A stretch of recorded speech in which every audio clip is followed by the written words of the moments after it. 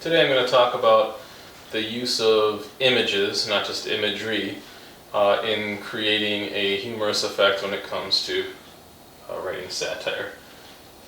So this is in the satire section of what I've created, and it's from February of 2011. The article is titled "Proof of Out-of-State Protesters in Madison."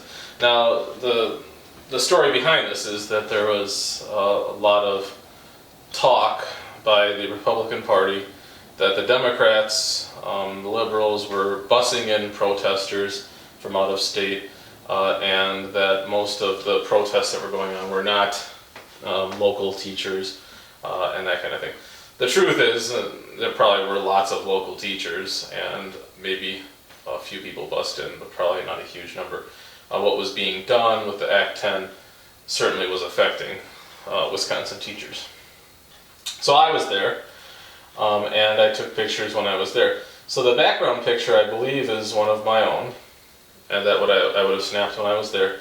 And what I did then is I took images, added them to the front of the picture in order to create sort of a humorous scene at several different times. So here we have the first one, and what we have is the Capitol in Madison, which is truly the Capitol. And what I've added in is Asian protesters here. And then on this side, you can sort of see where there's a dividing line. You have a English Bobby and other English protesters on this side. So it's sort of a mix between two different protesting groups in order to create the effect that there is a police officer almost being overrun by the protesters. And then here, now this is sort of the second part of the satire. It's the same picture as we just looked at, except for I added in this guy right here. He's the African American that UW-Madison added into some photos in order to make it look like more black kids hang out on campus. I think it was for the football game. So I used him in here. So now what this does then is it creates not just a satire making fun of the conservatives, but one making fun of the liberals at the same time, at least the liberals in Madison. Alright, so now this next one we have protesters from Georgia, the country, not the state. And so I would have found that picture somewhere online and pasted that into the picture of UW, or not UW, but of the Capitol in Madison.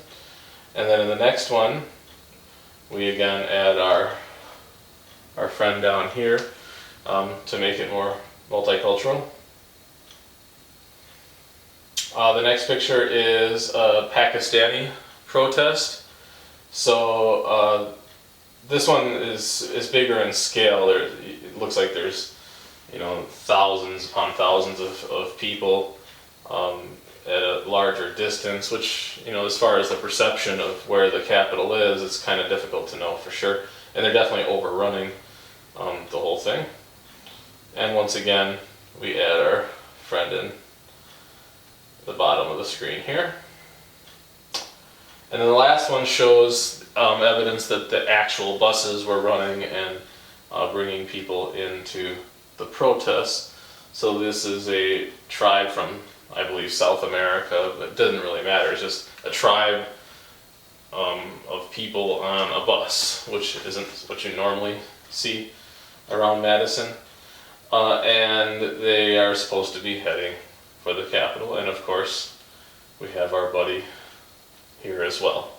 And he's going to protest with them in Madison.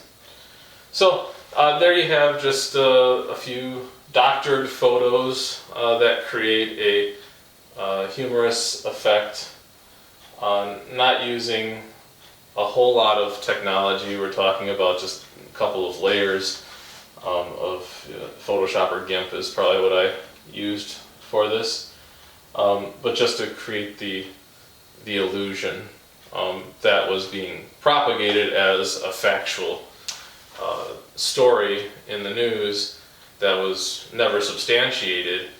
This is the